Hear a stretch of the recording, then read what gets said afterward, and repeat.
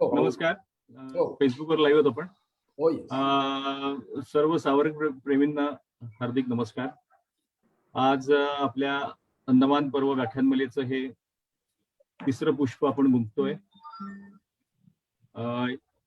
आजच्या दिवशी आपला जो विषय आहे ते दोन विषय इथे आपण ऐकणार आहोत. एक म्हणजे आपल्या मी सावरकर स्पर्धेचे जे गट क्रमांक 4 म्हणजे युवा गट 22 ते 45 या वयोगटामधले जे विजेते आहेत ते मंदार अभ्यंकर हे आपलं आत्मनिर्भर भारत आणि सावरकर या विषयावरती आपलं व्याख्यान सादर करणार आहेत.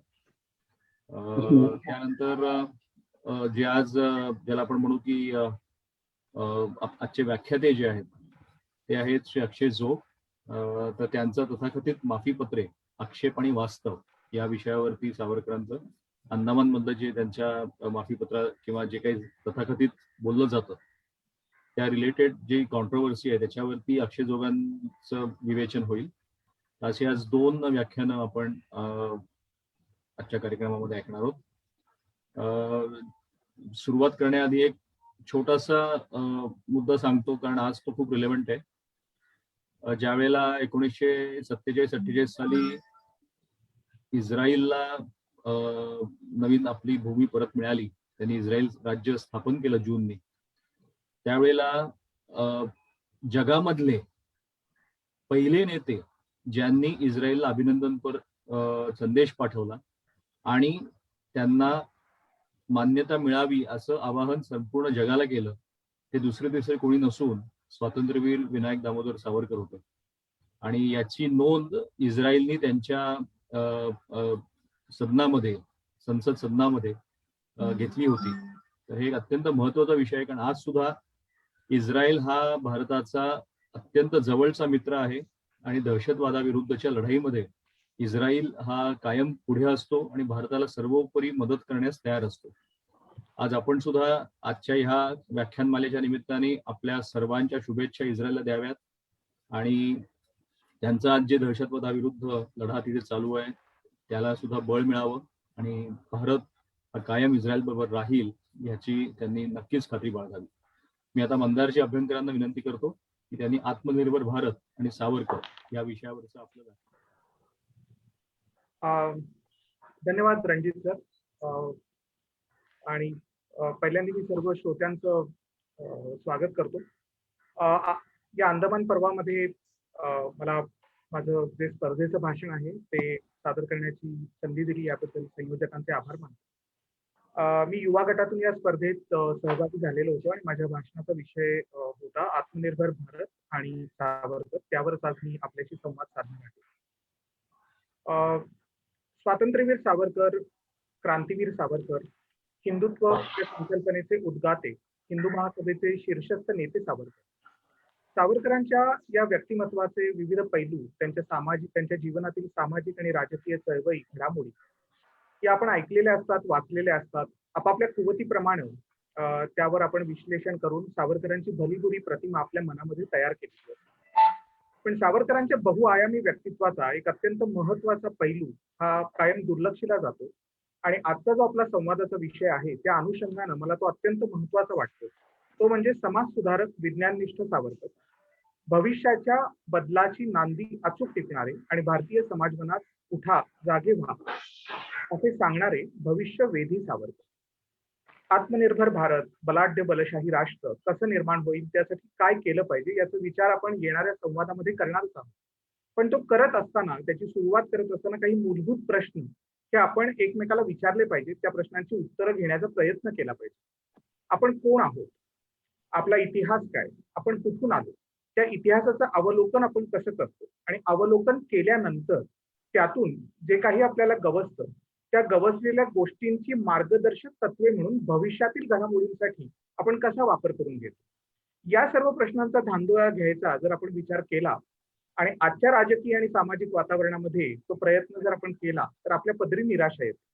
कारण आजच्या वातावरणात इतिहास, ऐतिहासिक पुरुष, पुराण, पौराणिक संदर्भ या चारही गोष्टींकडे पाहण्याचा दृष्टिकोन एकतर अस्मितेच्या राजकारणात गुंतलेला आहे किंवा अभिनिवेशाच्या हिंदोळ्यावर डोलताना आपल्याला दिसतो. त्यामुळे अशा निराशेच्या प्रसंगी सावरकर आणि त्यांचे विज्ञाननिष्ठ विचार ते आपल्याला दीपस्तंभासारखे मार्गदर्शक करतात. साधू संतांचे बोलपट कसे पाहावेत या निबंधामध्ये सावरकर एकंदरीतच इतिहास, ऐतिहासिक पुरुष, घटना, पौराणिक संदर्भ याकडे कसं विज्ञाननिष्ठ वैचारिक दृष्टिकोनातून पाहावं या संदर्भात आपल्याला त्रिसूत्री देतात. उपयुक्ततावाद हा भावनेपेक्षा कधीही श्रेष्ठ, युटिलिटेरियन अप्रोच. व्यवहारवाद हा चमत्कारापेक्षा उपयुक्त, प्रॅग्मॅटिझम. आणि वैचारकी बाणा हा प्रचारकी बाण्यापेक्षा कधीही श्रेष्ठ, रिझन ओव्हर रिटॉरिक. गाय ही गो माता नसून उपयुक्त पशु आहे असं जेव्हा ते म्हणतात, तेव्हा गो माता या भावनिकतेकडून उपयुक्त पशु या व्यवहारवादाकडे आपसुकच आपल्याला ते घेऊन जातात. छत्रपती शिवाजी महाराजांचं चरित्र आपण सर्व ऐकतो, वाचतो, त्यातून प्रेरणा घेतो. पण साधारणतः आपण बघितलं तर शिवचरित्रातील अफजल खानाचा वध, आग्र्याहून सुटका अशा ज्या हिरोइझमनी भरलेल्या गोष्टी आहेत त्याच्याकडे पाहण्याचा, त्यात रमण्याचाच आपला कल जास्त असतो. पण त्या शिवरायांच्या व्यक्तित्वाचा एक लोकनेता म्हणून, प्रशासक म्हणून काय पैलू आहेत ते फारसे प्रकाशात येत नाही, चर्चिले जात नाही. शिवशाहीची त्यांची स्वराज्याची त्यांची संकल्पना, स्वराज्य आल्यानंतर कल्याणकारी राज्याची त्यांची कल्पना, मग आजच्या काळामध्ये ज्याला आपण गव्हर्नन्स मॉडेल म्हणतो, मग ते वेलफेअर कॅपिटलिझम असेल, गुड गव्हर्नन्स असेल, यासाठी शिवशाहीची तत्व अवलंबता येतील का, असं शिवचरित्राकडे पाहण्याचा विचार सावरकर आपल्याला देतात. जी गोष्ट छत्रपती शिवाजी महाराजांची तीच पुराणातील कृष्णाची. कृष्ण म्हटल्यानंतर त्याच्या बाललीला, कालिया मर्दन किंवा करंगईवर गोवर्धन उतरणं अशा जे चमत्काराने भरलेल्या गोष्टी आहेत त्यातच आपलं समाजबन रमतं. पण त्याच कृष्णाच्या विभूतिमत्वाचे रणनीतिकार कृष्ण, लोकनेता कृष्ण, रणछोडदास पण कावेबाज योद्धा कृष्ण, हे जे पैलू आहेत, हे पैलू आजच्या आंतरराष्ट्रीय राजकारणात, गुंतागुंतीच्या समाजकारणात मुत्सद्देगिरीसाठी वापरता येतील का? कृष्ण चरित्राकडे पाहण्याचा हा वैचारिक वैज्ञानिक दृष्टिकोन सावरकर विचार आपल्याला देतो. एकंदरच या दृष्टिकोनातून जे वैचारिक वैज्ञानिक अधिष्ठान प्राप्त होतं, मला असं वाटतं हे जर प्राप्त झालं तर आत्मनिर्भर भारताच्या निर्मितीसाठी जो पाया लागेल तो पाया आपण मजबूत करू शकतो आणि ती मजबूत प्राथमिकता ठरते. एकदा का पाया पक्का झाला की आत्मनिर्भर भारताच्या साठीचं पुढचं पाऊल हे अर्थात येतं, ते म्हणजे औद्योगिक विकास किंवा इंडस्ट्रियल डेव्हलपमेंट, यंत्रयुगाची सुरुवात. या निबंधामध्ये सावरकर अत्यंत सोप्या शब्दात याची मांडणी करतात. स्मरणरंजना पोथ्या पुराणात रमण्यापेक्षा अद्ययावत तंत्रज्ञानाची कास धरा. अर्थातच याला सेकंड इंडस्ट्रियल रिव्होल्यूशनची पार्श्वभूमी निश्चित आहे, पण आज आपण हा संवाद साधताना जेव्हा फोर्थ इंडस्ट्रियल रिव्होल्यूशनच्या उंबरठ्यावर उभे आहोत, मग ते आर्टिफिशियल इंटेलिजन्स असेल, मशीन लर्निंग असेल, यासारखी नवी तंत्रे, डेटा अनालिटिक्स, बिग डेटा सारखी तंत्र कौशल्य ही आपण आत्मसात केली पाहिजे, त्याच्यात रोजगार निर्माण केले पाहिजेत, ते रोजगार आपण केले पाहिजे. देशातील जास्तीत जास्त लोकांना रोजगाराच्या संधी उपलब्ध करून देऊ शकतील, त्यांना सामावू शकतील अशी जी रोजगाराची क्षेत्र आहेत, मग ते बांधकाम व्यावसायिक असतील, मॅन्युफॅक्चरिंग किंवा उद्योगधंदे असतील, त्यांच्यासाठी ध्येय धोरणे ही सरकारनं अनुकूल ठरवली पाहिजेत. कामगार कायद्यात आवश्यक ते बदल केले पाहिजेत, जेणेकरून जास्तीत जास्त रोजगार त्यातून निर्माण होतील. पर्यायानं लोकांचा आणि देशाचा सर्वांगीण विकास साधून आत्मनिर्भर भारताकडे आपल्याला वाटचाल करता येईल. आता हे बोलत असताना सावरकर, औद्योगिक विकास हे बोलल्यानंतर प्रत्येकाच्या मनात एक शंका असते, अरे मग त्यांच्या स्वदेशीच्या चळवळीचं काय? मला असं वाटतं की सावरकरांची स्वदेशी ही स्वतः तयार करा, स्वतः वापरा इतक्या संकुचित मनोवृत्तीची निश्चित नाही. कारण त्यांची स्वदेशी चळवळ, विदेशी कपड्यांची होळी या ज्या घटना आहेत त्याला ब्रिटिशांच्या भारताबरोबरच्या पिळवणुकीच्या व्यापार संबंधांचं पार्श्वभूमी आहे. आणि त्यामुळे मला असं वाटतं की सावरकरांची स्वदेशी खऱ्या अर्थानं आजच्या काळात मुक्त व्यापाराची संकल्पना आहे. त्यामुळे आज जेव्हा आपण आत्मनिर्भर भारतासाठी गो वोकल फॉर लोकल म्हणतो, सावरकर विचार जर अंमलात आणायचा असेल तर त्या श्वासात गो वोकल फॉर ग्लोबल म्हणणंही तितकंच गरजेचं आहे असं मला वाटतं. एकदा औद्योगिक विकासाच्या ध्येय धोरणे आणि त्या दृष्टीनं आपली वाटचाल झाली की आत्मनिर्भर भारताच्या निर्मितीसाठी सगळ्यात शेवटचा पण महत्वाचा घटक राहतो तो म्हणजे अर्थातच देशाची सुरक्षितता आणि त्याच्याशी निगडीत लष्करी सामर्थ्य. राष्ट्र आणि राष्ट्राच्या सीमा सुरक्षित असल्या पाहिजेत हा विचार आणि त्यासाठी करायच्या उपाययोजना सावरकरांनी त्यांच्या आयुष्यात वेगवेगळ्या व्यासपीठावरून अनेकदा मांडलेल्या आहेत, जनतेसमोर ठेवलेल्या आहेत. आजच्या काळामध्ये हा विचार करत असताना लष्करी सामर्थ्य या संकल्पनेचं थोडंसं विस्तृतीकरण मला फक्त संयुक्तिक वाटतं. कारण सैन्य दलाचं सामर्थ्य, त्याच्यासाठी लागणारी साधन सामुग्री, ती बनवणाऱ्याची आत्मनिर्भरता, या कितीही गोष्टी इम्पॉर्टंट असल्या तरी आत्ताच्या काळामध्ये आपण जे युद्ध लढतो ते फूट सोल्जर्स लढत नसून तंत्रज्ञानाच्या साह्याने लढलं जातं. त्यामुळे लष्करी सामर्थ्य म्हणताना एक सॉफ्ट पॉवर हा जो त्यातून एक अभिप्रेत असणारा अर्थ आहे त्याच्याकडेही लक्ष देणं मला गरजेचं वाटतं. म्हणजे काय, तर सॉफ्ट पॉवर म्हणजे जगातील किती नामवंत विद्यापीठात भारतीय विद्यापीठांचा समावेश होतो. जगात आज मूलभूत असं विज्ञान तंत्रज्ञानात जे संशोधन चालू आहे त्याच्यात किती भारतीय लोक वैज्ञानिक म्हणून काम करतात. भारतातल्या तंत्र क्षेत्रातल्या किती कंपन्या आज जगभरामध्ये आपल्या व्यवसायाचे डंका पिटतात. भारतात जे टेक्नॉलॉजिकल इनोव्हेशन झालेली आहेत, मग ते बँकिंग मध्ये जनधन सारखी सुविधा असेल ज्यातून देशाच्या कानाकोपऱ्यापर्यंत तुम्ही बँकिंग सुविधा पोहोचवली, अकाउंट पोहोचवलं, त्याचा किती प्रचार हा देशामध्ये तुम्ही करू शकलेला आहात, विदेशात करू शकलेला आहात. कारण यातून एक जे प्रतिमा निर्मिती होते, सॉफ्ट पॉवरचा मेसेज जगामध्ये जातो. लष्करी सामर्थ्य या व्यापक अर्थानं तो तितकाच महत्वाचा ठरतो. आणि त्यामुळे पहिल्यांदा सांगितलं त्याप्रमाणे वैचारिक अधिष्ठान, औद्योगिक प्रगती आणि त्यासाठीची ध्येय धोरणं आणि सॉफ्ट पॉवर या विस्तृत अर्थानं लष्करी सामर्थ्य, या तिन्ही बाबतीतले सावरकरांचे विचार जर आपण अंमलात आणले तर आत्मनिर्भर भारताच्या वाटचालीतलं ते एक महत्वाचं पाऊल ठरेल असं मला वाटतं. धन्यवाद. धन्यवाद मंदारजी, अत्यंत उत्तम व्याख्यान आपलं झालं आणि अर्थात याच व्याख्यानासाठी आपल्याला प्रथम पारितोषिक मिळालेलं आहे. खरं विचार केला आजच्या घटकेला की जर सावरकरांकडे त्या काळी सत्ता असती तर आजच्या अनेक समस्यांवरती उत्तरं तेव्हाच मिळाली असती.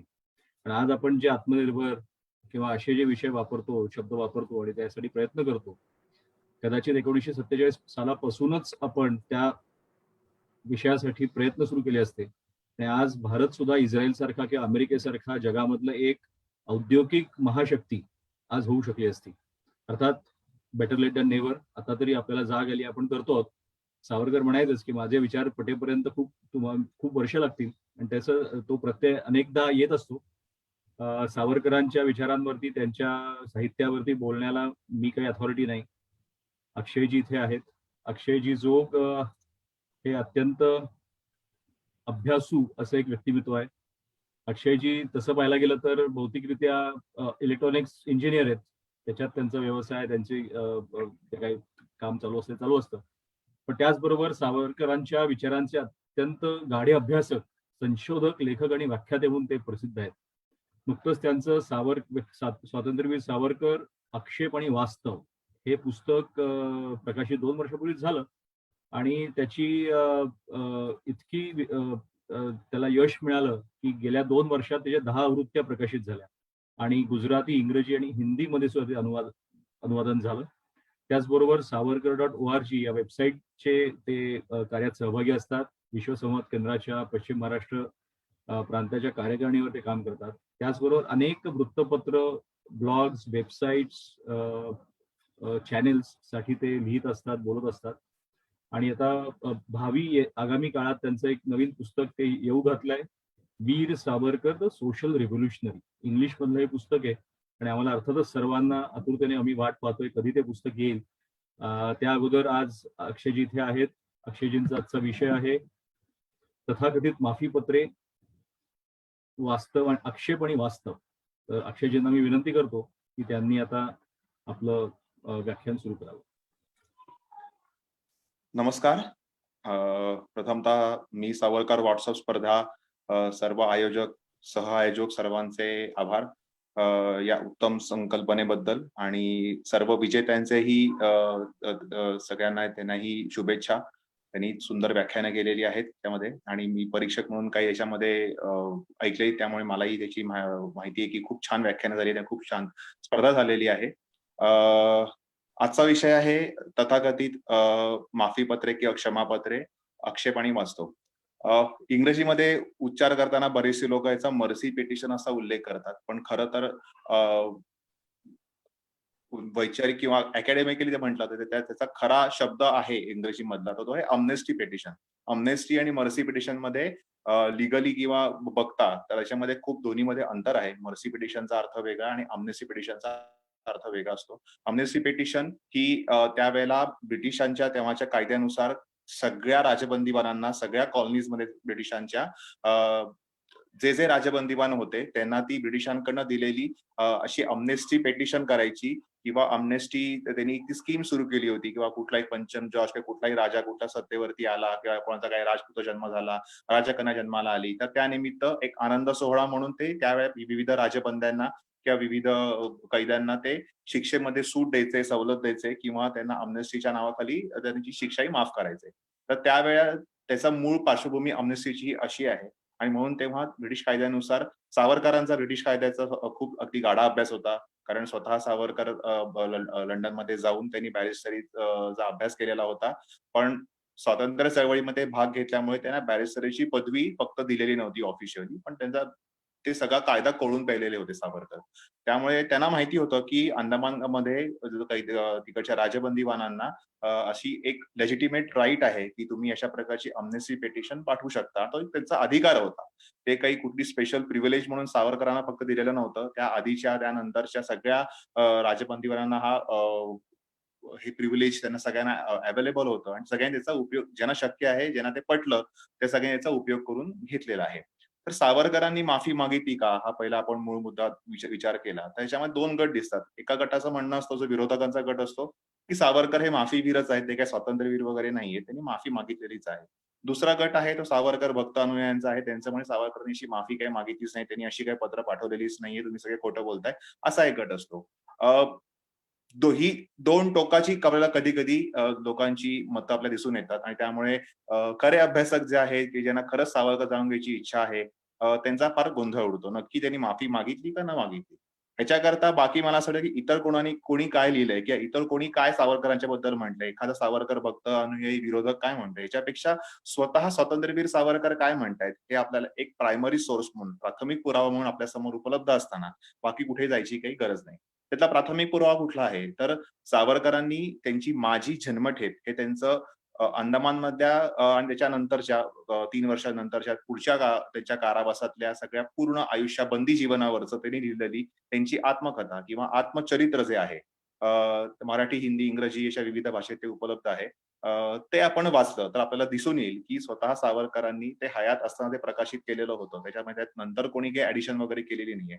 त्या स्वतः सावरकर असं म्हणतात की अशा प्रकारचा अधिकार तिकडच्या बंदीवानांना उपलब्ध होता, आणि तो त्या अधिकाराचा उपयोग करून घेऊन मी ब्रिटिशांना सांगितलं की बाबा आता यापुढे आम्ही क्रांतिकारक कुठल्याही प्रकारचा हिंसक मार्ग, जो काटेरी मार्ग होता, तो आम्ही अवलंबणार नाही, आणि यापुढे आम्ही शांतीपूर्ण मार्गाने, अहिंसक मार्गाने, संविधानिक मार्गाने आमच्या ज्या काही मागण्या आहेत, स्वातंत्र्य, समता, बंधुत्व, विधानसभेमध्ये इतक्या जागा, दायित्वपूर्ण शासनाधिकार, विधानसभेमध्ये बहुमत पाहिजे भारतीयांना, ज्या काही आमच्या मागण्या आहेत त्या पूर्ण करण्याकरता आम्ही यापुढे म्हणजे थोडक्यात सांगायचं, मवाळ पक्षांच्या मार्गाने आम्ही लढा देऊ, आम्ही झटू, असा त्याचा अर्थ होता. आणि अशा प्रकारे सावरकरांनी पत्रात स्पष्ट उल्लेख केलेला होता की यापुढे आम्ही कुठे भाग घेणार नाही. तुम्ही जसं तुम्ही इतर तुमच्या आयर्लंड मधल्या इतर तुमच्या कॉलनीज मधल्या राजबंद्यांना तुम्ही सोडलं आहे, त्याप्रमाणेच तुम्ही आम्हालाही सोडा. बरं, सावरकरांनी आम्हालाही सोडा हे म्हणताना सावरकरांनी कुठेही फक्त मला किंवा माझ्या भावाला, कारण बाबाराव सावरकर सुद्धा सावरकरांच्या आधीच तिथे जन्मठेप भोगायला गेलेले होते, त्यामुळे फक्त मला किंवा माझ्या बंधूंना सोडा आणि बाकी सगळ्यांशी मला काही घेणं देणं नाहीये, असं काही सावरकरांनी केलेलं नव्हतं. सावरकरांच्या प्रत्येक पत्रामध्ये असा उल्लेख आहे की आम्हाला म्हणजे आम्हा सर्व राजबंदीवानांना, आणि फक्त अंदमानातले राजबंदीवान नाही, राजबंदीवान म्हणजे राजकीय कैदी, तर भारतामध्ये सुद्धा जे भारताच्या मुख्य भूमीमध्ये जे जे विविध कारागृह होते, येरवड्याचं आहे, कलकत्त्याचं आहे, मुंबईचं आहे, अजून कुठली दिल्लीची कुठली विविध कारागृह असतील, त्या प्रत्येक कारागृहामध्ये जे जे राजबंदीवान आहेत, इतकंच नाही तर परदेशामध्ये जे निर्वासित राजकीय बंदीवान आहेत, किंवा तुम्ही काही आमच्या क्रांतिकारकांना तुम्ही हद्दपार केलेला आहे, तर त्या सगळ्या क्रांतिकारकांना, सगळ्या राजबंदीवानांना, मग ते कुठल्याही क्रांतिकारक असोत किंवा काँग्रेसचे असोत किंवा कुठलेही स्वातंत्र्य सैनिक असो, त्या सगळ्यांना तुम्ही मुक्त करा. एका पत्रामध्ये, मला 2 पत्रामध्ये असाही उल्लेख आहे सावरकरांनी केलेला आहे की समजा इतर सर्वांची मुक्तता करताना तुम्हाला असं वाटत असेल की बाबा इतर सर्वांची मुक्तता केली तर आपल्या सावरकर बंधूंची सुद्धा आपल्याला सुटका करावी लागेल, तर तुम्ही असं करा, तुमच्या मनात ती भीती असेल तर तुम्ही असं करा, मला आणि माझ्या बंधूंना तुम्ही अंदमानामध्येच ठेवा, पण बाकी सर्वांची तुम्ही संपूर्णपणे बिनशर्त तुम्ही सगळ्यांची सुटका करा, आणि त्यांच्या सुटकेमध्ये आम्हाला आमच्या सुटकेचा आनंद मिळेल. म्हणजे सावरकरांची ही मागणी पूर्णपणे निस्वार्थी मागणी होती, एकट्यासाठी केलेली मागणी नव्हती, ती सगळ्यांच्या वतीने केलेली मागणी होती. आणि त्यांनी पुढे जाऊन असंही म्हटलेलं आहे की फक्त आम्हा दोघांना तुम्हाला सोडता येत नसेल, तुम्हाला काही प्रॉब्लेम असेल, बाकी सगळ्यांना सोडा, फक्त तुम्ही आणि आम्हाला तुम्ही इथेच ठेवून द्या. त्यात आम्हाला त्याच्यामध्ये काही गैर वाटणार नाही. आम्ही नाही, इतर लोक देशाची सेवा करतील, ठीक आहे, आम्हाला संधी नाही मिळाली तर. बरं, हे सावरकरांनी ही अशी आम्ही त्या क्रांतिकारक मार्ग सोडून देऊ किंवा आमची सुटका करा, सावरकरांनी का म्हटलं? याच्यावरती विरोधकांचा असा आक्षेप असतो की सावरकर जेव्हा अंदमानमध्ये गेले, तिथे त्यांना जे काय भयानक तिथे त्यांना यातना भोगाव्या लागल्या, कोलू ओढावा लागला, चिलका कुटायला लागला, त्या सगळ्या त्रासाला, मानसिक शारीरिक कष्टाला कंटाळून ते त्यांना सहन झालं नाही, म्हणून त्यांचं मानसिक मनोबल खचलं, त्यांचं खच्चीकरण झालं आणि त्यामुळे सावरकरांनी अशा प्रकारची सुटकेची आवेदनं किंवा अर्ज त्यांनी पाठवली, असा विरोधकांचा आक्षेप असतो. मुळात मुद्दा असा आहे की सावरकरांनी अंदमानमध्ये पाऊल ठेवायच्या आधीच अशा प्रकारची आवेदनं पाठवलेली होती. सावरकरांना काही थेट ब्रिटिशांच्या न्यायालयातनं जन्मठेप ठोठावल्यावर तिथून त्यांना डायरेक्ट काही अंदमानला शिफ्ट केलेलं नव्हतं. तशी प्रोसिजर नसते, त्याची एक लीगल प्रोसिजर असते, ते तुम्हाला थेट अंदमान कोणाला नेता येत नाही. काही महिने सावरकर जन्मठेपेची शिक्षा सुनावून झाल्यावरती मुंबईच्या डोंगरीच्या कारागृहामध्ये होते. तिथे सावरकरांनी तिथे गेल्या सावरकरांनी ब्रिटिशांना अर्ज केला की जन्मठेप म्हणजे 25 वर्षांची कुठल्याही कायदेशीर भाषेमध्ये, जगातल्या कुठल्याही कायदेशीर भाषेमध्ये जन्मठेप ही 25 वर्षांची असते आणि एका जन्मामध्ये ती तुम्हाला फक्त एकदाच भोगता येते. असं असताना तुम्ही मला 2 जन्मठेप एका जन्मात भोगायच्या असं कसं म्हणू शकता? म्हणजे याचा अर्थ मला या जन्मामध्ये एक जन्मठेप भोगावी लागेल आणि पुढच्या जन्मी मला पुढची जन्मठेप भोगावी लागेल. मग तुम्ही मला आता असं करा, या जन्मी तुम्ही मला 25 वर्षांची जन्मठेप तुम्ही द्या. पुढच्या जन्मी तुम्ही मला तुमची उरलेली 25 वर्षांची जन्मठेप तुम्ही भोगायला द्या. सावरकरांनी काय केलं की माझी जी 2 जन्मठेप आहे ती तुम्ही एककालिक करा. अर्थात ब्रिटिशांनी सगळी त्यांची मागणी धुडकावून लावली. ब्रिटिशांनी त्यांना सांगितलं की तुम्ही पहिले तुमची 25 वर्षांची शिक्षा भोगून पूर्ण करा. नंतर 26व्या वर्षी आपण ठरवूया की तुमची पुढील शिक्षा एककालिक करायची आहे का नाही काय वगैरे. त्यामुळे आता आम्हाला काही मान्य करता येत नाही. ह्याचा सांगण्याचा मुद्दा असा, तात्पर्य असं की सावरकर जेव्हा त्यांना जन्मठेप त्यांना डिक्लेअर झाली, त्यांना ठोठावली गेली, तेव्हापासूनच सावरकर प्रयत्न करत होते की आपली शिक्षा कशी आपल्याला कमी करता येईल. त्याच्यामध्ये काही डोंगरीच्या कारागृहात सावरकरांना काही कोलू ओढावा लागला नव्हता, त्यांचं काही मानसिक खच्चीकरण झालं नव्हतं, तिथे त्यांना चिलका कुटायला लागला नव्हता, तिथे त्याचे काय त्याग सश्रम जो कारावास सुरू झालेला होता तो होता, पण तो काय अंदमानांच्या इतका काही क्रूर नव्हता की त्यांचं लगेच मानसिक खच्चीकरण होईल वगैरे. तर त्यामुळे सावरकरांनी हे त्यांची शिक्षा कमी करावी असं त्यांना का वाटत होतं? ह्याचं कारण असं होतं की सावरकर हे एक मोठे उपयुक्ततावादी होते. सावरकर एक मोठे तत्वज्ञ जे होते, त्या तत्वज्ञानाचे त्यांचा मूलभूत जो फंडामेंटल त्यांची प्रिन्सिपल जी होती, त्यांची मूलभूत तत्व जी होती ती होती मानवतावाद, उपयुक्ततावाद, समता आणि बंधुता आणि विज्ञान निष्ठा, ही सावरकरांची मूलभूत तत्व होती. तर त्याच्या या तत्वाच्या अनुसार म्हणजे उपयुक्ततावाद या तत्वाच्या अनुसार सावरकरांचं असं म्हणणं होतं की ब्रिटिशांच्या कारावासामध्ये 50 वर्ष खितपत पडणं ही काही माझी देशभक्तीची कल्पना नाहीये. कारण एखाद्या कारावासामध्ये इतके 50 वर्ष खितपत पडून मी माझ्या देशासाठी ऍक्टिव्हली काही काम करू शकत नाहीये, काही सेवा देऊ शकत नाहीये. तर त्यामुळे काही करून या ब्रिटिशांच्या कारावासाच्या बाहेर पडायचं, त्यासाठी ते मला काही देशाची खोटं बोलावं लागलं, थोडी शपथ घ्यावी लागली, त्याची द्रोह करावा लागला, फसवावं लागलं, तरी मला काही फरक पडत नाही. कारण शत्रूशी खोटं बोलणं, शत्रूला फसवणं, खोट्या शब्दात देणं याच्यामध्ये काहीही गैर नाहीये. स्वकीयांशी द्रोह करू नये, स्वकीयांना फसवू नये, त्यांच्याशी खोटं बोलू नये, स्वकीयांना दिलेली शपथ किंवा वचन कधी मोडू नये, हे सावरकरांचं म्हणणं होतं. अर्थात ब्रिटिशांनी सावरकरांना अशी ऑफर दिलेली होती की तुम्ही तुमच्या क्रांतिकारक संघटनेमधल्या सगळ्या तुमच्या सहकाऱ्यांची तुम्ही नावं सांगा, म्हणजे थोडक्यात तुम्ही माफीचे साक्षीदार व्हा, तर आम्ही तुमची कदाचित शिक्षा कमी करू किंवा उद्या तुमची आम्ही संपूर्ण सुटका करू. सावरकरांनी त्याला स्पष्ट नकार दिला आणि सांगितलं की मी माफीचा साक्षीदार होणार नाही आणि याआधी माझे सहकारी कोण होते, संघटना काय होत्या, त्यात कोण कोण इन्व्हॉल्व्ह होतं हे मी एकही चकार शब्द सांगणार नाही. यापुढे कसं वागायचं, काय करायचं हे तुम्ही मला हवं तर सांगा की बाबा राजकारणात भाग घ्यायचा नाहीये, तुम्ही इथे जाऊ नका, तिथे जाऊ नका वगैरे, ते मी मान्य करीन. पण आधी जे काही घडलेलं आहे, जे माझे सहकारी आहेत त्यांची तुम्ही चुकूनही चुगली करणार नाही. आणि अर्थात ब्रिटिशांनी त्यांची ही मागणी फेटाळून लावली आणि सावरकरांना तिथे 1921 पर्यंत त्यांना खितपत पडावं लागलं, त्यांना हाल सोसावे लागले. आणि 2 मे 1921 ला सावरकरांची अंदमानातनं सुटका झाली. आपण सध्या हे वर्ष अंदमान मुक्ती शताब्दी वर्ष आपण साजरं करतोय, पण हे साजरं करताना आपण एक लक्षात ठेवायला हवं की सावरकरांची अंदमानमधनं जरी सुटका झालेली असली तरी सावरकरांची कारागृहातून म्हणजे जेलमधून सुटका झालेली नव्हती. सावरकरांना फक्त अंदमानातल्या कारागृहातून भारतामधल्या मुख्य भूमीवरच्या कारागृहामध्ये फक्त स्थलांतरित केलेलं होतं. सावरकरांना अंदमानमध्ये नेलेलं होतं कोलकाताच्या अलिपूरच्या कारागृहामध्ये. नंतर त्यांना नेलेलं होतं मुंबईच्या कारागृहात. नंतर ते काही दिवस तिथे राहिल्यावर तिथे त्यांना नेलं होतं रत्नागिरीच्या कारागृहात आणि नंतर शेवटी त्यांना नेलं होतं पुण्याला येरवड्याच्या कारागृहामध्ये. इथे सगळ्यात जास्त काळ मला वाटतं 2 वर्ष सावरकर रत्नागिरीच्या कारागृहामध्ये होते. येरवड्याच्या कारागृहामधनं मग सावरकरांची सशर्त म्हणजे काही कंडिशन्स घालून की तुम्ही राजकारणामध्ये भाग घ्यायचा नाही, प्रत्यक्ष अप्रत्यक्षपणे त्याच्यावर लिहायचं बोलायचं पण नाही, कुठलं राजकीय भाषण ओपनली ऐकायचं पण नाही आणि रत्नागिरी जिल्ह्याच्या बाहेर जायचं नाही. थोडक्यात रत्नागिरीमध्ये स्थानपद्धतीमध्ये सावरकरांना 13 वर्ष ठेवलं होतं आणि 1937 साली सावरकरांची मग संपूर्ण सुटका झाली. आता ह्यात मजा अशी आहे की सावरकरांना सावरकर देखील छळ झाला तर छळ झाला. अर्थातच सावरकर मनुष्य होते. किती स्ट्रॉंग मनुष्य म्हटलं, किती म्हटलं शेवटी त्याच्या मनोबलावरती परिणाम होतो. तसं सावरकर थोडासा मनोबलावरती काही एखाद 2 दिवस परिणाम झालेला होता आणि सावरकरांच्या मनामध्ये आत्महत्येचे विचार आलेले होते आणि स्वतः सावरकरच सांगतायत. पण त्याच्यावरती सावरकरांनी कसा विजय मिळवला, त्याच्यावर सावरकर कसे ओव्हरकम झाले, हे जास्त महत्वाचं आहे. आणि त्याप्रमाणेच अंदमानच्या प्रमाणेच रत्नागिरीच्या कारागृहामध्ये असताना सुद्धा सावरकरांच्या मनामध्ये आत्महत्येचे विचार आले होते. कारण अंदमानच्या इतकाच त्याहून जास्त छळ रत्नागिरीमध्ये सावरकरांचा झालेला होता. रत्नागिरीमध्ये फक्त कोलू नव्हता आणि बारी नव्हता, पण बाकी चिलका कुटणं होतं.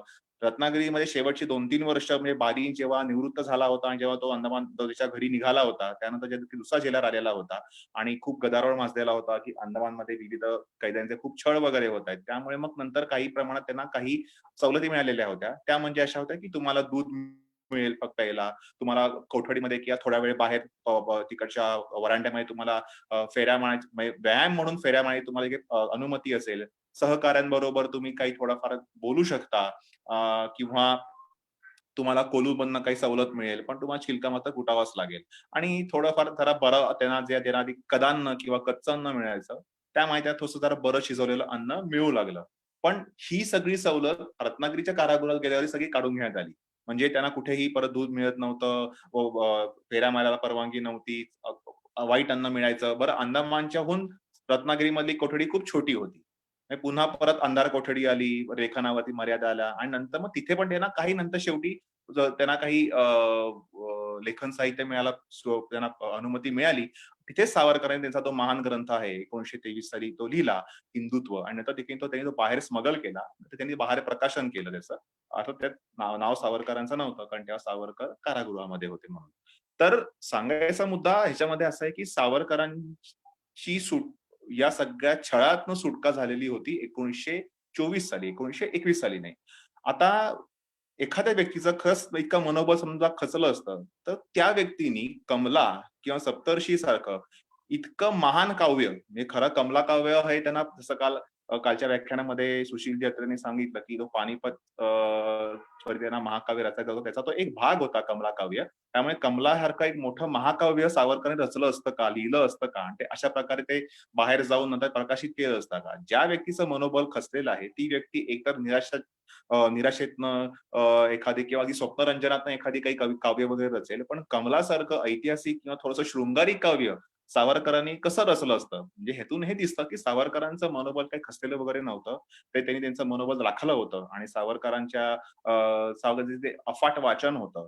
सावरकरांनी अंदमानमध्ये असताना कुंडलिनी जागृतीचा अनुभव सुद्धा घेतलेला होता. म्हणजे भारतीय अध्यात्म, योग साधना याच्या बळावरच सावरकरांनी अंदमानमधला छळ सहन केला आणि सावरकरांचं ते प्रसिद्ध वाक्य आहेच की जेव्हा मी दिवसभर कोलू ओढून ओढून माझ्या कोठडीमध्ये पडायचो, निश्चित पडायचो, तेव्हा मला उपनिषदामधले किंवा वेदातले मला मी एखादे त्याचे काव्य किंवा त्याचे काही वेचे मी आठवायचो आणि त्याच्यावरती मनन चिंतन करायचो. मला असं वाटत नाही की वेदाला इतका महान त्यांच्यासारखा अभ्यासक कधी मिळाला असेल की तो इतका अपरिमित कष्ट सोसून कोठडीमध्ये निश्चित पडलेला असताना त्याच्यावरती ते चिंतन मनन करतायत. सावरकरांनीच म्हटलेलं आहे की एक त्यातलं कडवं घेऊन किंवा एक त्याचा भाग घेऊन, परिच्छेद घेऊन त्याच्यावरती मी वर्षभर चिंतन आणि मनन करायचो.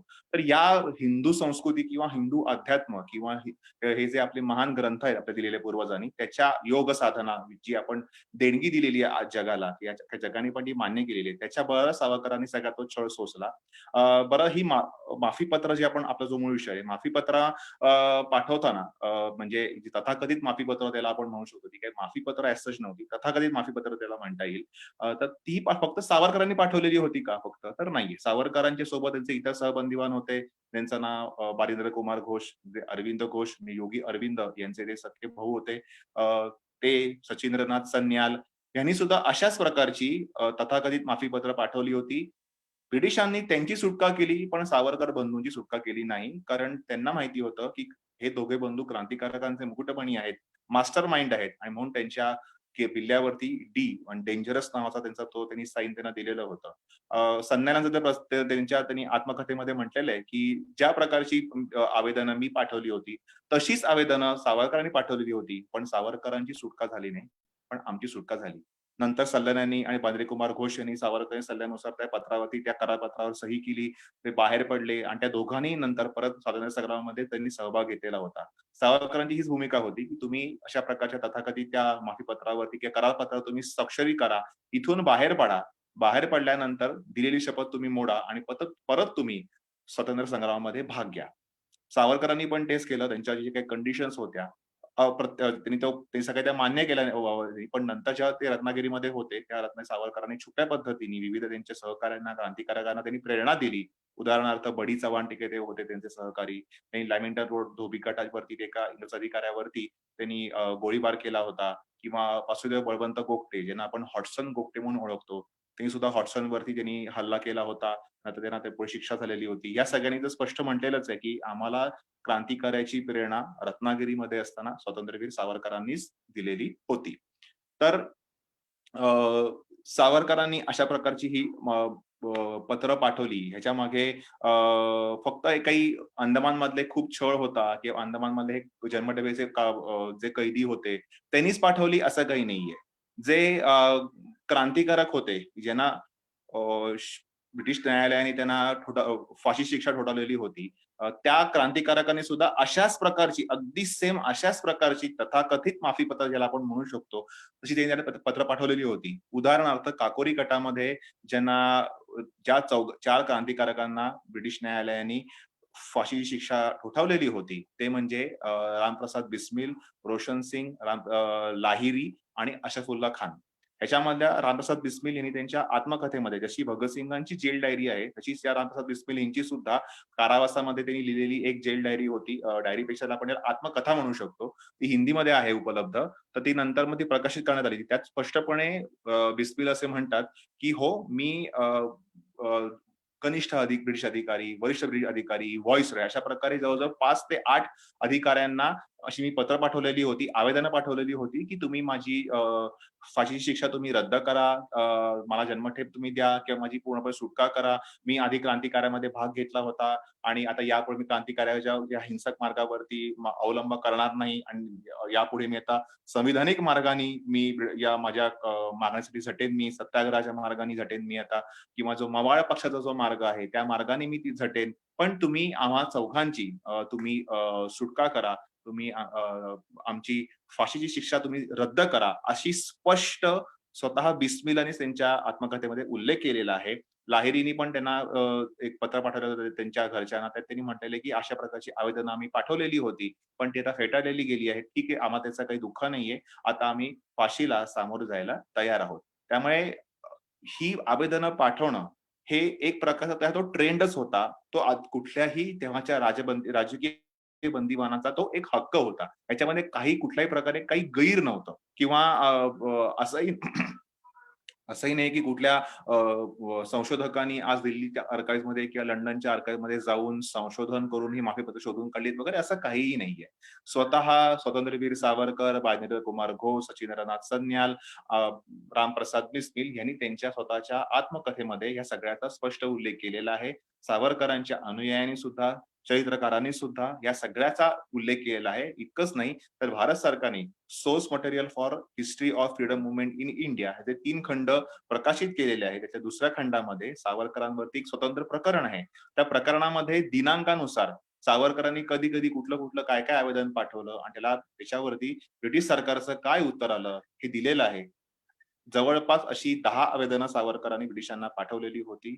आणि त्यातलं एक संपूर्ण आवेदन जे नेहमी सगळे विरोधक कोट करतात ते सगळं आवेदन भारत सरकारनेच त्यांच्या खंडात छापलेलं आहे. म्हणजे भारत सरकारने हे काही लपवलेलं नाहीये, चरित्रकारांनी लपवलेलं नाहीये आणि कुठल्या अभ्यासकांनी लपवलेलं नाहीये. त्यामुळे हे काही न्यू फाइंडिंग वगैरे असं काही नाहीये.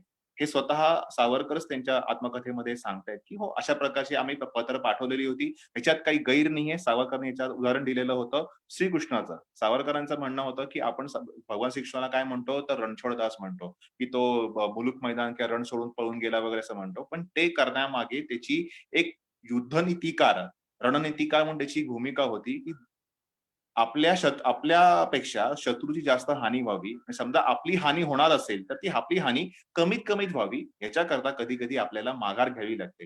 ब्रिटिशांनी सुद्धा दुसऱ्या महायुद्धामध्ये डंकरची यशस्वी माघार म्हणजे ज्याला ओळखलं जातं ती एक प्रकारे माघारच होती. आणि ती माघार घेतल्यामुळेच ब्रिटिशांना त्यांची जी मोठी हानी होणार होती त्यांना टाळता आली. आणि नंतर ब्रिटिशांनी मग त्या बचावलेल्या सगळ्या त्यांच्या सैनिकांना त्यांच्या सगळ्या अम्युनिशन मधनं त्यांनी जोरदार हल्ला केला आणि ब्रिटिशांनी नंतर दुसऱ्या महायुद्धामध्ये विजय मिळवला. तीच भूमिका सावरकरांची होती. म्हणजे हे एक प्रकारचं जे एक वर्ल्ड वाईड ग्लोबली एक्सेप्ट केलेलं एक युद्धाचं तत्वज्ञान जे आहे किंवा वॉरफेअर स्ट्रॅटेजी ज्याला आपण म्हणू शकतो ती आहे. त्याच्यामध्येच त्यानुसारच सावरकर हे लढत होते. ब्रिटिशांना ते कळालं की सावरकर आपल्याशी खोटं बोलतायत, हा मनुष्य काही साधा नाहीये. पण दुर्दैवाने आपल्या भारतीय लोकांना स्वकीयनच ते काही कळालं नाही. आपल्या डोळ्यावरती झापडं होती का काय माहिती नाही, का आपल्याला गुमराह केलं गेलं का माहिती नाही, का आपला अभ्यास कमी होता का काय माहिती नाही. पण स्वकीयांनी मात्र सावरकरांना किंवा विशेष करून विरोधकांनी त्यांना हिणवलं माफीवीर म्हणून. ते खूप दुर्दैव आहे. तर सावरकरांनी दुसऱ्याच्यामध्ये असं एक उदाहरण दिलेलं आहे श्रीकृष्णाचं की असं म्हणतात की सावरकरांनी रत्नागिरीमध्ये त्यांची जी राजकारणामध्ये भाग घेणार नाही ही त्यांची अट त्यांनी मान्य केली. का केली? सावरकरांचं म्हणणं होतं जसं ज्याप्रमाणे श्रीकृष्णाने महाभारत युद्धाच्या आधी मी हातामध्ये शस्त्र घेणार नाही, पण हातामध्ये शस्त्र न घेता सुद्धा मी अर्जुनाला मार्गदर्शन करीन आणि वेळ पडलीच हातात शस्त्र सुद्धा घेईन, ही भूमिका श्रीकृष्णाने घेतलेली होती. आणि त्याप्रमाणे श्रीकृष्णाने अर्जुनाला मार्गदर्शन केलं आणि पांडवांचा जो विजय झालेला होता ते सगळ्याचा मास्टर माइंड, त्याचा मुख्य मार्गदर्शक किंवा मुख्य विजेता जो म्हणता येईल तो श्रीकृष्णच होता. आणि श्रीकृष्णांनी शपथ घेतलेली असताना सुद्धा वेळ येतात ती शपथ म्हणून हातात शस्त्र पण घेतलेलं होतं. आणि सावरकरांनी पण ते सांगितलेलं होतं, मी आता शपथ घेतलेली की राजकारणात भाग घेणार नाही, पण छुप्या पद्धतीने मी राजकारणावरती कमेंट्स करत राहीन, सल्ले देत राहीन आणि देशाकडनं मला जी सेवा करायची सेवा करत राहीन. आणि त्या व्यतिरिक्त सावरकरांनी रत्नागिरीमध्ये सुद्धा खूप मोठी समाज क्रांती केली होती. एक प्रकारे समाजसेवा होती आणि ही समाजसेवा स्वतंत्र भारताकरता सुद्धा अत्यंत आवश्यक होती. कारण राजकीय सुधारणा किंवा राजकीय स्वातंत्र्य आणि सामाजिक स्वातंत्र्य हे आपल्याला एका वेळी मिळालं तरच ते आपण टिकवू शकतो. आधी सामाजिक स्वातंत्र्य मिळालं मग राजकीय स्वातंत्र्य मिळालं किंवा आधी राजकीय मिळालं नंतर सामाजिक मिळालं असं करून चालणार नाही. कारण सामाजिक सुधारणे वाचून राजकीय स्वातंत्र्य मिळालं तर ते 3 दिवस सुद्धा टिकणार नाही, हे सावरकरांचंच वाक्य होतं. त्यामुळे अशा प्रकारची ही पत्र किंवा आवेदनं पाठवणं ह्याच्या मागे सावरकरांची एक काही विशिष्ट भूमिका होती. आणि सावरकर त्यांच्या सहबंदीबाणांना सुद्धा उद्युक्त केलेलं होतं की तुम्ही अशा प्रकारे ह्याच्यावरती स्वाक्षरी करा. त्यांनी त्यांना मोठमोठ्या महापुरुषांची इतिहासातली जागतिक इतिहासातली सगळी त्यांना उदाहरणं त्यांनी दिलेली होती की अशा प्रकारे विविध आपले भारतीय महापुरुष आहेत, भारतीय रणनीतिकार आहेत किंवा परदेशामध्ये मोठे क्रांतिकारक आहेत, त्यांनी सुद्धा वेळ पडतात अशा प्रकारे काही काळ माघार घेतली होती. आणि वेळ येताच परत त्यांनी ती 2 पावलं मागे घेतल्यानंतर त्यांनी म्हणतात पुन्हा झेप घेतलेली होती आणि आपलं सगळं गेलेलं वैभव किंवा आपलं स्वराज्य साम्राज्य त्यांनी परत उभं केलं होतं, मिळवलं होतं, स्वातंत्र्य मिळवलेलं होतं. आणि उदाहरणार्थ त्यांनी हो ची मिन आपल्याला एक मोठ्या माहिती असतील व्हिएतनामचे स्वातंत्र्य लढ्याचे मेन त्यांचे प्रमुख सेनापती होते.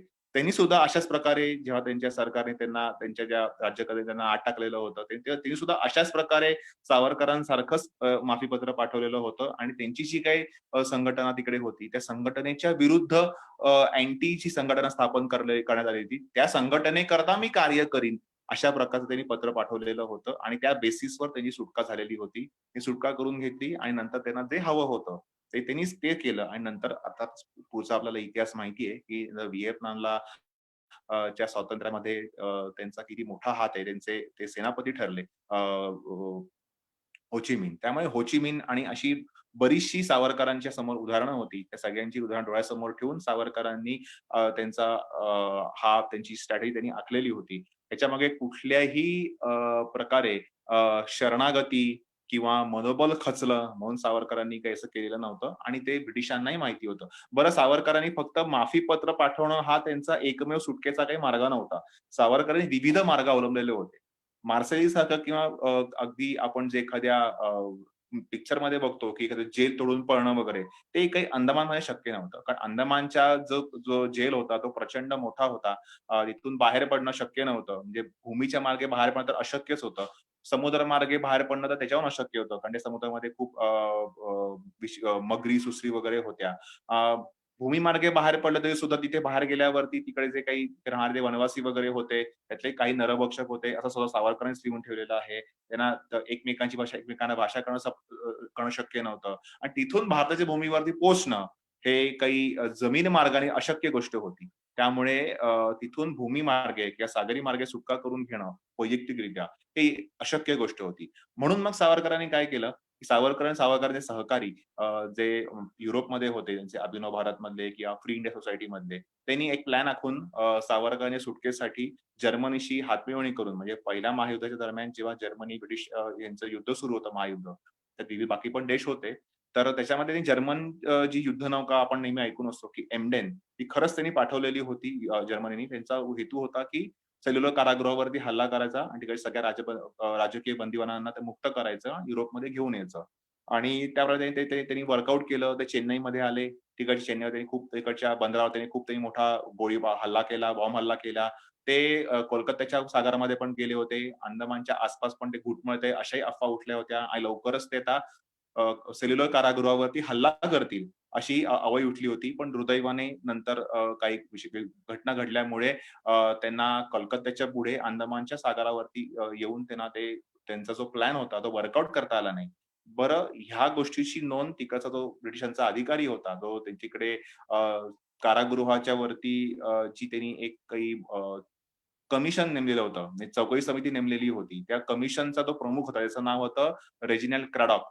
त्यांनी सावरकरांना तो भेटला, ते सगळ्यांच्या मागण्या ऐकून घेतल्या, कैद्यांच्या वगैरे सगळ्यांना सगळ्यांना भेटला आणि तिथून तो घरी जात असताना बोटीवरती त्यांनी काही टिपणं काढलेली होती. त्या टिपणामध्ये त्यांनी असा उल्लेख केलेला आहे, की सावरकरांना आता अजिबात सोडू नये आणि सावरकरांवरती कडक पहारा ठेवावा. कारण मला अशी भीती वाटते, की सावरकरांचे सहकारी क्रांतिकारक आहेत, ते एखाद्या बाष्पनौका मिळवतील इकडे जवळपासची आणि इकडच्या ज्या स्थानिक लोकांना थोडेसे पैसे वाटले, तर ती सहज ते तिकडच्या राजबंदीवानांना सोडवतील आणि त्या बाष्पनौकेच्या माध्यमातून ते त्यांना भारतामध्ये किंवा युरोपमध्ये सहज घेऊन जाऊ शकतील. त्यामुळे सावरकरांवरती विशेष लक्ष ठेवावं. कारण सावरकरांची या सध्याच्या आपल्या महायुद्धाच्या दरम्यान सुटका करणं हा त्यांच्या अजेंड्यावरचा हेतू असू शकतो. हे सुद्धा क्रॅडॉक असंच म्हणतं. म्हणजे एमडेन नौकेचं हे उदाहरण ही काही कुठली अफवा नाहीये किंवा कधी काही रंगून चढवून सांगितलेली काही गोष्ट नाहीये. ह्याला पुरावे उपलब्ध आहेत. आता ब्रिटिश अधिकारी पण ते मान्य करतोय. तिसरा मार्ग सावरकरांनी असा अवलंबलेला होता, तो म्हणजे की भारतीय जनमानसाला जी मध्ये जागृती निर्माण करायची, की ज्या राज्यक्रांतिकारकांनी या देशाच्या स्वातंत्र्यासाठी अशी काही क्रांतिकारक पावलं उचलली, विविध योजना आखल्या, ब्रिटिशांचे वध केले, त्यांच्या हत्या केल्या आणि त्यांना काही बॉम्ब हल्ले वगैरे केले, त्यांना विविध कारागृहात ठेवलेलं होतं. तर त्या क्रांतिकारकांच्या, राजकीय बंदिवानांच्या सुटकेसाठी जनतेनेच एक पुढाकार घ्यावा. यासाठी नारायणराव सावरकरांनी प्रयत्न करावा असं सावरकरांनी त्यांना कळवलं आणि त्यानुसार नारायणराव सावरकरांनी जे भारत भूमीवरती स्वतंत्र होते त्यांना फक्त 6 महिन्याचाच कारावास झालेला होता. म्हणजे असा एक काळ होता की तेव्हा तिघेही बंधू कारावासामध्ये होते. बाबाराव सावरकर आधीच अंदमानला गेलेले होते. स्वातंत्र्यवीर सावरकरांची जन्मठेप ठोठावलेली होती 50 वर्षांची आणि त्या दरम्यान 6 महिने नारायणराव सावरकर सुद्धा ब्रिटिशांच्या कारावासामध्ये त्यांना शिक्षा झालेली होती. त्यांच्या विरुद्ध त्यांना विशेष काही पुरावे सापडले नाहीत म्हणून त्यांना जास्त शिक्षा ठोठावता आली नाही. त्यांना जास्त शिक्षा द्यायची होती. तर नारायणराव सावरकरांनी इथे भारत भूमीवरती असताना ते तेव्हा काँग्रेसमध्ये ऍक्टिव्ह होते. गिरगाव काँग्रेसचे ते प्रदेश अध्यक्ष होते. राष्ट्रीय सेवक संघामध्ये सुद्धा ते ऍक्टिव्ह होते. हिंदू महासभेमध्ये सुद्धा तेव्हा ते ऍक्टिव्ह होते. हिंदू महासभा तेव्हा ही काँग्रेसच्या अंतर्गत हिंदूंच्या संस्कृती सामाजिक कार्यासाठी काम करणारी एक संस्था होती आणि 1937 साल्यानंतर सावरकरांनी त्याला एका राजकीय पक्षामध्ये त्याचं रूपांतर केलं. पण त्याच्या आधी हिंदू महासभा ही एक सामाजिक किंवा सांस्कृतिक धार्मिक हिंदूंसाठी काम करणारी काँग्रेसच्या अंतर्गत काम करणारी एक संस्था होती. त्याच्या कार्यकारी मंडळावरती महात्मा गांधींचं पण नाव होतं. अध्यक्ष म्हणून मदन मोहन मालवीय सारख्या बऱ्याचशा काँग्रेस जनांची त्याच्यावरती नावं होती. तर नारायणराव सावरकर सगळीकडे ऍक्टिव्ह होते. नारायणराव सावरकरांनी स्वतः पुढाकार घेऊन महात्मा गांधींना भेटून एक स्वाक्षरी मोहीम तयार केली होती. त्यांनी खूप स्वाक्षऱ्या गोळा केलेल्या होत्या. त्यांच्या पाठिंब्यामुळे, त्यांच्या कष्टामुळे विठ्ठलभाई पटेलांनी मुंबईतल्या एका सभेमध्ये सावरकर बंधूंच्या सुटकेसाठी त्यांनी मागणी केलेली होती. स्वतः महात्मा गांधींनी 26 मे 1920च्या यंग इंडियाच्या त्यांच्या पत्रामध्ये सावरकर बंधूंची लवकरात लवकर सुटका करा असा अग्रलेख लिहिलेला होता. इतकंच नाही तर 1923च्या काकीनाडा काँग्रेसच्या अधिवेशनामध्ये खिलाफत चळवळीमधले प्रसिद्ध अली बंधूंपैकी मोहम्मद अली यांनी सावरकर बंधूंच्या देशभक्तीचं कौतुक करून सावरकर बंधूंची सुटका करावी असा ठराव मांडला आणि तो बहुमताने पासही झालेला होता. बरं, ह्याचा हा सगळा जो मी सांगतोय की काँग्रेसचं अधिवेशन, काकीनाडा काँग्रेस, मोहम्मद अली वगैरे या सगळ्याचा रिपोर्ट हा माझ्याकडे उपलब्ध आहे. म्हणजे हे काही कुठला मी सेकंडरी सोर्स म्हणून सांगत नाहीये, माझ्या प्राथमिक पुरावा याचा उपलब्ध आहे. त्यातलं प्रत्येक वाक्य मी तुम्हाला पानावर कोड करून सांगू शकतो. अशा प्रकारे सगळ्या लोकांनी ती मागणी केली. त्याच दरम्यान होतीलाल वर्मा हे सावरकरांचे सहकारी होते अंदमानमध्ये भोगणारे. त्यांनी गुप्तपणे भारतामध्ये एक पत्र पाठवलेलं होतं. सुरेंद्रनाथ बॅनर्जींना त्यांनी पाठवलं आणि त्यांच्या पत्रातून त्याला प्रसिद्धी दिली होती आणि त्यातून प्रथमच अंदमान मधल्या ह्या सगळ्या राजकीय बंदिवानांचे काय काय छळ होत आहेत, क्रूर अत्याचार त्यांच्यावरती होत आहेत, हिला प्रथमच वाचा फुटली. ते पत्र पण माझ्याकडे उपलब्ध आहे होतीलाल वर्मांचं. आणि त्या पत्रातून जेव्हा हे सगळं उघड झालं आणि तेव्हा मग सगळे गदारोळ माजला आणि नंतर मग त्या गदारोळामुळे त्याच्यावर एक प्रकारचं प्रेशर आलं ब्रिटिशांवरती आणि त्यांनी एक जेल कमिटी स्थापन केली.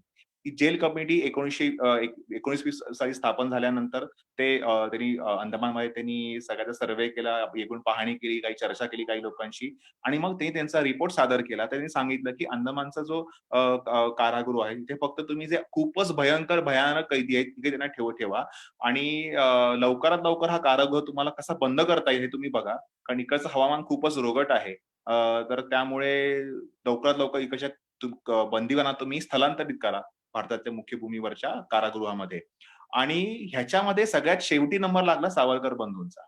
सावरकर बंधूंचं जेव्हा ठरलं की ह्यांना स्थलांतरित करायचंय भारतीय भूमीतल्या कारागृहावरती, तर स्थलांतरित करायच्या वेळेला सुद्धा मुंबई सरकारने नाराजी व्यक्त केलेली होती. इतकंच नाही, 1924 साली जेव्हा सावरकरांची सशर्त कारागृहातून सुद्धा सुटका करायचं ठरलेलं होतं, तेव्हा सुद्धा मुंबई सरकारने, ब्रिटिश सरकारने याच्यावरती नाराजी व्यक्त केलेली होती. त्यांना जे भेटून आलेले जे काही विविध गृह खात्याचे अधिकारी होते, त्यात शिलेडी होते, त्यांचं नाव होतं, एकाचं नाव हॉवर्ड होतं, हेवर्ड मॉरिस नाव होतं एकांचं. असे 2-3 अधिकारी त्यांना जे भेटून गेलेले होते, त्या सगळ्या अधिकाऱ्यांनी असा रिपोर्ट दिलेला होता की आम्ही सावरकरांना भेटलो, पण आम्हाला असं वाटत नाही की त्यांना कुठल्या प्रकारे कुठल्याही गोष्टीचा पश्चाताप होतोय आणि सावरकर हे खूप आतल्या गाठीचे आहेत. ते आता असं दर्शवत आहेत की आम्ही यापुढे अशा प्रकारे क्रांतिकार्यामध्ये भाग घेणार नाही, पण सावरकरांच्या या वागणुकीवर, वर्तणुकीवर आमचा अजिबात विश्वास नाही. तुम्ही ह्यांना सुटका करायच्या आधी तुम्ही विचार करा. पण तेव्हा त्यांच्यावरती एक प्रकारचं एक प्रेशर टाकलेलं होतं. स्वाक्षरी मोहीम, काँग्रेसचे विविध ठराव, सावरकरांचे जे सहकारी होते त्यातले डॉक्टर वेलकर म्हणता येतील, नंतर नरीमन म्हणून एक वकील होते, एक माळवतकर म्हणून होते, त्यांचे नाशिक एक सहकारी होते रामचंद्र गणेश प्रधान, ते नंतर विधानसभेत निवडून गेलेले होते. या सगळ्यांनी सुद्धा विधानसभेत रफीउद्दीन अहमद नावाचे एक अधिकारी होते. या सगळ्यांनी तिथे ठराव मांडले विधानसभेमध्ये की तुम्ही सावरकर बंधूंची सुटका करा. जमनादास मेहतांनी सुद्धा विविध त्याच्यामध्ये काही एक पुस्तिका काढलेली होती, सावरकर बंधूंची सुटका करा. डॉक्टर वेलकर हे पहिले टिळकांचे सहकारी होते. त्यांनी टिळकांच्या बरोबर मुंबईमध्ये खूप मोठं काम केलं होतं आणि नंतर सावरकरांच्या बरोबर सुद्धा हिंदू महासभेत त्यांनी काम केलेलं होतं आणि त्यांच्याच सुपुत्रांनी, त्यांचं नाव प्रताप वेलकर आहे, त्यांनी नारायणराव सावरकरांवरचं पहिलं साधा चरित्र लिहिलेलं आहे आणि अजूनही ते प्रताप वेलकरजी आहेत. आपण त्यांच्याकडनं त्यांना भेटून जी अजून माहिती घेऊ शकता. तर ह्या डॉक्टर वेलकरांनी सुद्धा एक सावरकर मुक्तता निर्बंधक मंडळ नावाचं मंडळ स्थापन केलेलं होतं. म्हणजे सगळ्या बाजूनी ब्रिटिशांमध्ये खूप प्रेशर होतं. त्या प्रेशरला बळी पडल्यामुळे आणि जेल कमिटीच्या रिपोर्टच्या मुळे अखेर ब्रिटिशांना सावरकर बंधूंची, त्यातल्या बाबाराव सावरकरांची त्यांनी संपूर्ण सुटका केली. ह्याचं कारण असं होतं की बाबाराव सावरकर हे अक्षरशः मृत्यूशय्येवरती होते.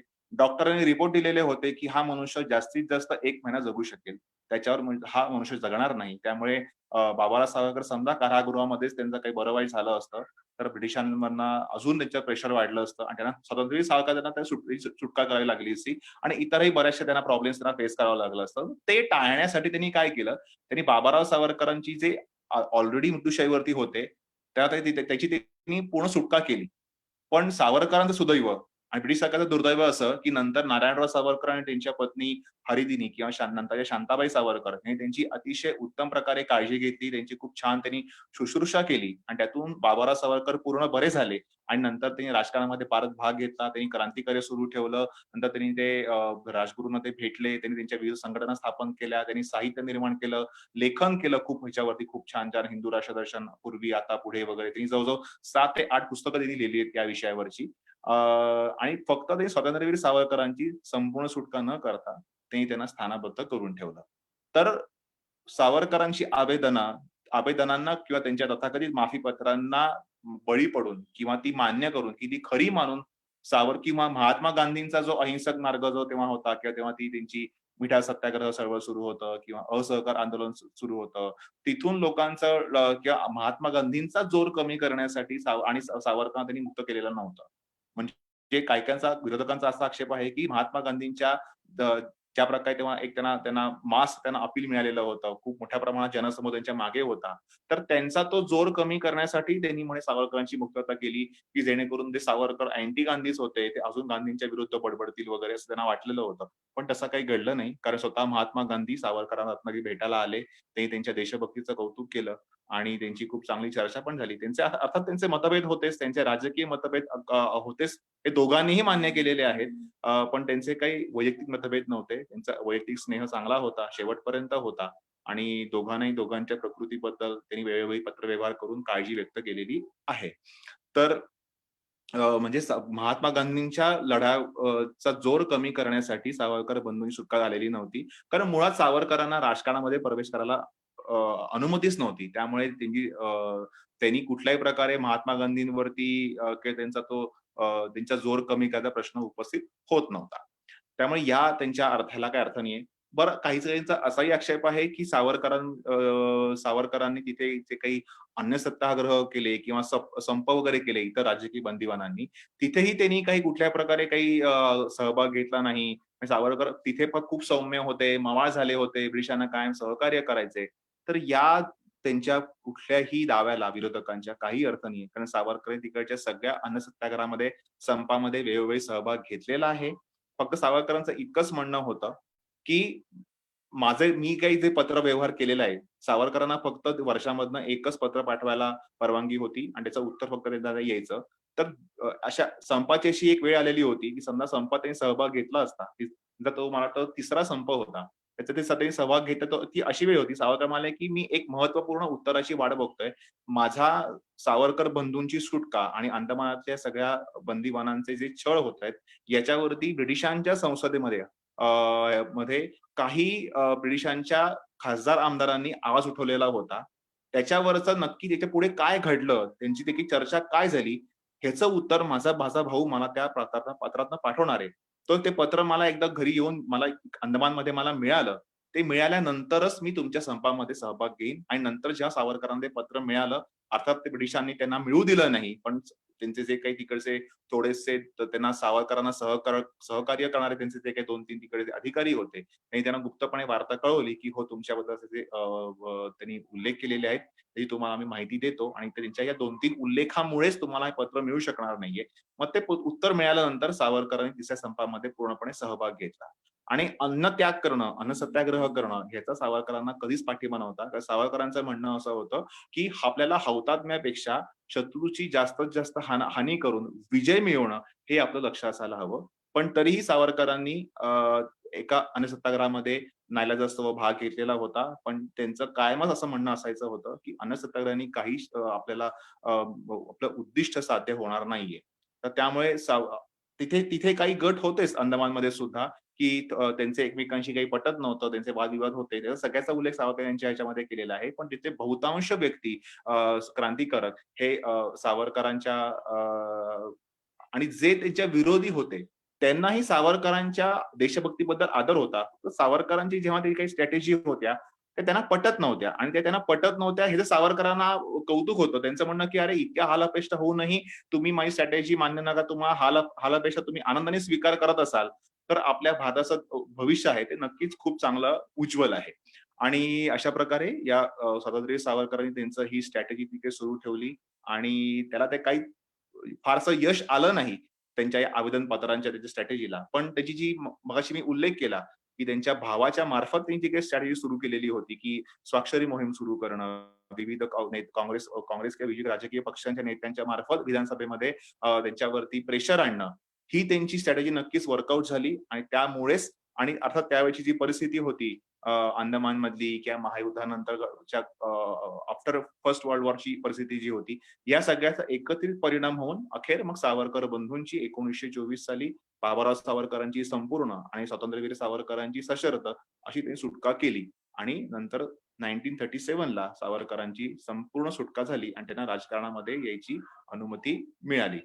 तर या संबंधी अजून कोणाला काही विशेष वाचन करायचं असेल तर माझं स्वतःच सावरकर आक्षेप आणि वास्तव त्याच्यामध्ये मी अजून ह्याच्यावरती खोलात जाऊन विशेष विश्लेषण केलेलं आहे. त्याच्यात तुम्ही नक्की वाचा आणि सावरकरांचं आत्मचरित्र, माझी जन्मठेप हे सर्वांनी अवश्य वाचा. म्हणजे तुम्हाला सावरकरांच्या ह्याच्या मागे काय भूमिका होती ही तुम्हाला सगळ्यांना लक्षात येईल. पुन्हा एकदा सर्व आयोजकांचे मला ही संधी उपलब्ध करून दिल्याबद्दल खूप खूप आभार मानतो. धन्यवाद. वंदे मातरम. धन्यवाद अक्षयजी. अत्यंत अभ्यासपूर्ण विवेचनापण या विषयाचं केलं. अर्थात आपला अभ्यास त्यात संदर्भात खूप चांगला आहे, आपलं पुस्तकही त्याच्या विषयावर आहेच. मला वाटतं या अशा पद्धतीचे आक्षेप जे कोणी मांडत आहेत त्यांची खरं तर आपण कीव केली पाहिजे. त्यांचा विरोध किंवा त्यांना फार महत्व द्यायची गरज वाटत नाही मला. कारण ज्या व्यक्तींना कधी भगवान श्रीकृष्ण आणि छत्रपती शिवाजी महाराज कळलेच नाहीत अशांना सावरकर समजतील अशी अपेक्षा ठेवणं सुद्धा चूक आहे. आणि त्यांच्यासाठी खरं तर परत एकदा अंदमानचं कारागृह सुरू करावं आणि या सर्व लोकांना तिथे जन्मठेप द्यावी. त्याच्याशिवाय त्यांना अक्कल येणार नाही. अर्थात राजकारणाचा भाग आहे. त्यांना त्यांच्या पक्षाचा सुद्धा इतिहास माहिती नाही. काँग्रेसच्या अधिवेशनांमध्ये या संदर्भामध्ये काय काय बोललं गेलंय, काय काय ठराव पास झालेत, महात्मा गांधींचे विचार काय होते, मुंबईतल्या राष्ट्रीय स्मारक सावरकर राष्ट्रीय स्मारकाच्या वेळेला ज्या वेळेला निधी संकलन झालं होतं त्यावेळेला इंदिरा गांधी भारताच्या पंतप्रधान होत्या. त्यांनी पहिला स्वतःच्या खासगी अकाउंट मधनं चेक हा या स्मारकासाठी दिला होता. हे सुद्धा कदाचित आजच्या पिढीला माहीत नसेल. तर त्यांना दोष देण्यात अर्थ नाही, कारण त्यांचं तेवढं बुद्धीची झेपच नाहीये. त्यामुळे त्याच्यात जाऊ नये आपण. पण अत्यंत उत्तम विवेचन आपण केलं. धन्यवाद, खूप धन्यवाद सर्वांकडनं. या पुढचं आपलं सत्र, पुढचं पुष्प असणार आहे पुढच्या शुक्रवारी दिनांक 21 तारखेला शुक्रवारी संध्याकाळी 5:30 वाजता पुढील पुष्प आपलं असणार आहे. त्याच्यामध्ये आपल्या गट क्रमांक 5 म्हणजे वयोगट 45 ते 60 यामधील जे विजेते आहेत संतोषजी कानडे यांचं भाषण होईल. सावरकर, फाळणी आणि आजचा काश्मीर प्रश्न या विषयावरती. आणि त्यानंतर जे आपले विशेष व्याख्याते असतील ते भारताचे माहिती आयुक्त श्री उदयराव माहुरकर यांचं सावरकर जी का अंदमान में राष्ट्रचिंतन या विषयावरती भाषण होईल. सर्वांना परत एकदा विनंती की जसे आपण गेले 3 दिवस उत्तम प्रतिसाद देत आहात, या भाषणाला हजेरी लावतात, अत्यंत अभ्यासपूर्ण असे आपले वक्ते आहेत, त्यांचे अभ्यासपूर्ण विवेचन आपण ऐकत आहात. पुढच्या शुक्रवारी पण आपण सर्वांनी यावं आणि कार्यक्रमाची शोभा वाढवावी. नमस्कार. अक्षयजींचं परत एकदा धन्यवाद आणि वंदे मातरम. धन्यवाद.